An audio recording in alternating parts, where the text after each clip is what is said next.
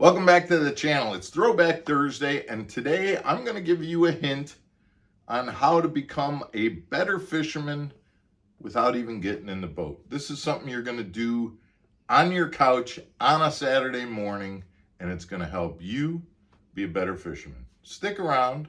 It's Throwback Thursday, and you're going to learn from this one.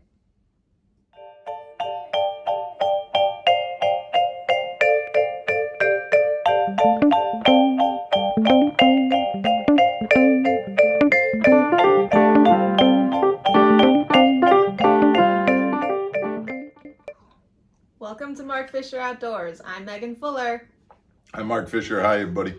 It's funny that you were saying you can learn this on the couch. It reminds me of like lazy girl workouts. Oh yeah, you can. In fact, if you want to do that, Megan, you can learn how to become a better fisherman. You can work one of those made-for-TV exercise machines, Exactly. and you can do all of that while sitting on the couch. This tip, you can do it all. Yep, lazy man fishing. Okay. Before we get to that, I do want to remind everybody, if you haven't done it already, guys, we'd appreciate it if you'd subscribe to the channel, hit the like button. And guys, we've talked about it this week a lot. If you know a buddy who'd be interested in being part of this community, do us a favor and share a link to one of the videos that you really liked. Send that over to them. Maybe you can get them involved in the Mark Fisher Outdoors community. We're really trying to build the channel up, and you are the vehicle for us to do that. We appreciate so much the fact that you're here and watching our videos and paying attention to the content that we're doing, but we really do need to rely on you to kind of spread the word and get that out to the people who are like you that might like the same things you do. So again, we strongly appreciate all of that. Thank you so much for subscribing already. And then doing this extra little chore that we're asking you to do. We appreciate that so much. All right, so let's talk about tonight's tip. Okay. And this is Throwback Thursday, and this is something that I learned a long time ago, and it was totally by accident. I watch a lot of fishing shows, as you can attest. Yeah. And nowadays, fishing shows are a lot different than they were when I was watching. I used to get up on Saturday mornings and watch the Bill Dance and the different shows that were on Saturday mornings. Okay. And then used to watch Bassmaster. And this is where I picked up on this, because I'd watch the Bassmaster TV show. And there would be times when I was watching it where when my son was young, I would have to have the TV on, but I'd have to have the sound off because he was playing or things like that. And so I'd kind of be having the TV on, but I wouldn't have the sound on. What I realized when I was doing this is that you see things with the sound off that you don't pick up on when the sound is on. Let me give you an example. So a guy is talking, he's on the front deck and he's talking about a spinnerbait while he's throwing a spinnerbait. And he's saying this brand of spinnerbait is the best brand of spinnerbait to throw. Why? Because he wants to promote his sponsor who happens to sell spinnerbaits. Right. So he's talking about the bait itself. And sure enough, he catches a fish with that brand of spinnerbait. And you as the viewer go, I gotta buy that brand of spinnerbait. Okay? Right. I'm not telling anybody anything that you don't already know. This happens in fishing all the time. Okay, but what I'm getting at is when you watch that video with the sound off, you are not distracted by the sales pitch that's going on. Now, granted, he might be teaching you something also. He might be saying, in dirty water, I want to throw a Colorado blade, and in clear water, I want to throw willow blades. And that might be teaching you something. But when you aren't listening to that and you're just watching what he's doing, you're noticing that every time he's throwing that spinnerbait, he's kind of twitching it, or he's reeling, and stopping. Reeling, stopping. Reeling. Oh, there's a bite. And so what you have to pay attention to is the things that professional fishermen are doing that they aren't even conscious of.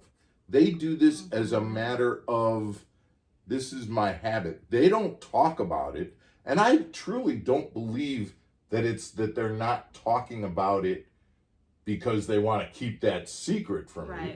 They don't talk about it because it's instinct. It's muscle memory. It's muscle memory. It's this is what you do. And what they are trained to do is make sure that you know to buy a spinnerbait that's from their sponsor. And what they are trained to do is know that Colorado blades are good for dirty water and willow. So that's the kind of stuff that comes out. But the way they're working that bait and the things that they're doing while they're working that bait, I don't think, like I said, I don't think they're consciously not telling you about it. But you don't pay attention to it because their words are drawing you into the things that they're trying to tell you. I got to the point after seeing a couple of fishing videos when my son was crawling around on the floor, to the point where I would go back, I will watch a video with the sound on and hear what they have to say. And then I will go back and watch that same video with the sound off. And just pick up on all the little nuances. Picking up on the little nuances. So paying attention to that, paying attention to when did that bite come? Was he changing up the cadence on the retrieve? And when did the bite come in relation to that? Those are the things that I think are really, really interesting. Well, actually, hold on. I have a question.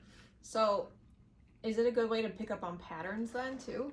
So, like, you see one person doing it with, then is it easier then to see it happen with, like, another person doing the same type of bait and the same type of situation, and so then it's kind of like a reinforced of there's that pattern? Or is it then it's like, oh well, that's specific to that person? Or like I think both are true. You can see that in people and different fishermen, and see that, oh, a lot of guys impart a certain type of action when they're fishing this type of bait.